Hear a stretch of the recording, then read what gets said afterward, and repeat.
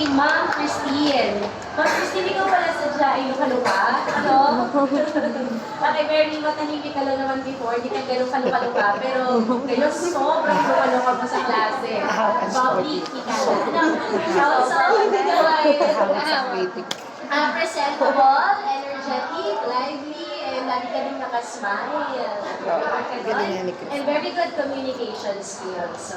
Also is, what I like about your presentation is you have created a positive environment where all students will feel na sila ay welcome sa iyong klase. Kasi yun dapat ang isang teacher, dapat approachable ka para kung hindi naiintindihan ng estudyante yung kanilang ginagawa, mai-release sa iyo. Ano? So you created a positive environment and you have treated the student responses in a graceful manner na mali yung sagot ng bata pero nagawa niyo siya ng paraan let's try, or it's nice that you try, sabi mo gano'n, very good ka doon. And, the localization, yung fantasy world, that's a very great concept. And the integration of within and across curriculum, I think that's one of the challenges na piniface ng mga public teachers to integrate the subject matter. Specifically, mathematics, napakahirap niyang integrate within and across curriculum. Very good ka doon. And also is, very good ka for asking the students doon sa particular activity mo to write their answers and posted those answers doon sa categories. Diba? Yung nilalagay nila kung ano na yung nababago or hindi nababago at the same time. Ano?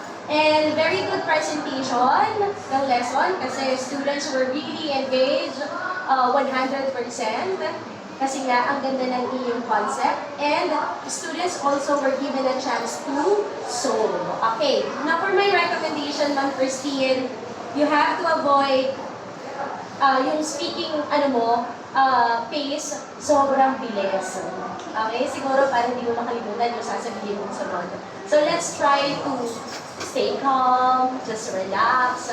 Okay, and it would be better if the Venn diagram, kasi di ba yung hula hoop yung ginamit mo, will be posted on the board, or kung hindi man siya ipopost, at least man sana nakalitan yung dalawang estudyante, kasi parang nararamdaman ko yun. Gawin na gawin, pero kailangan nakangiti pa din. Okay, so, in reality, baka sumukin ka ng estudyante sa natin nila. So let's try to be maganda that. And also is you should present your rubrics since it is group activity. Okay? In every group collaboration, dapat meron tayong rubrics na pinagbabatayan.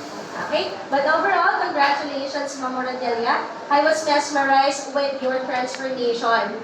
May you never get tired looking for growth and development. Okay, congratulations.